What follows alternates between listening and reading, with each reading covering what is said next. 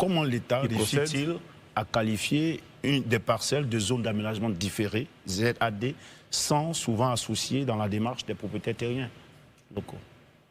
Je peux vous faire deux niveaux de réponse rapidement. Le premier niveau, c'est qu'en Côte d'Ivoire, la terre appartient à l'État.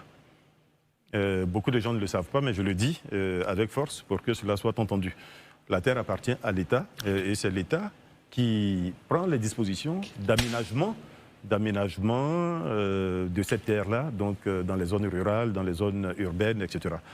Et nous sommes, vous et moi, de passage. Y compris dans la ville d'Abidjan, je peux dire même y compris sur l'ensemble des territoires ivoiriens.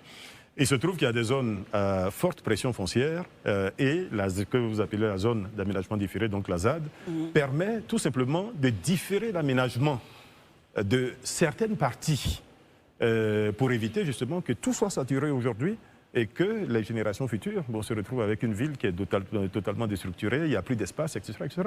Donc l'objectif c'est cela. Et quand on met la ZAD, quand on dit qu'une zone est sous ZAD, ça n'interdit pas totalement l'occupation. L'initiative revient à l'État. C'est ça qui est important. C'est-à-dire que vous pouvez décider d'y faire quelque chose, mais vous demandez à l'État la permission de le faire et c'est l'État qui vous dira vous pouvez le faire dans telles conditions, dans telles conditions. Ce n'est pas logique. Vous pouvez le faire à tel endroit, etc. On termine avec ce n'est pas logique ou raisonnable de peut-être épurer les droits coutumiers à ceux qui, depuis longtemps, depuis des décennies, des siècles, utilisent cette terre-là et qui estiment que c'est leur propriété. Monsieur Aboua, vous avez sans doute raison.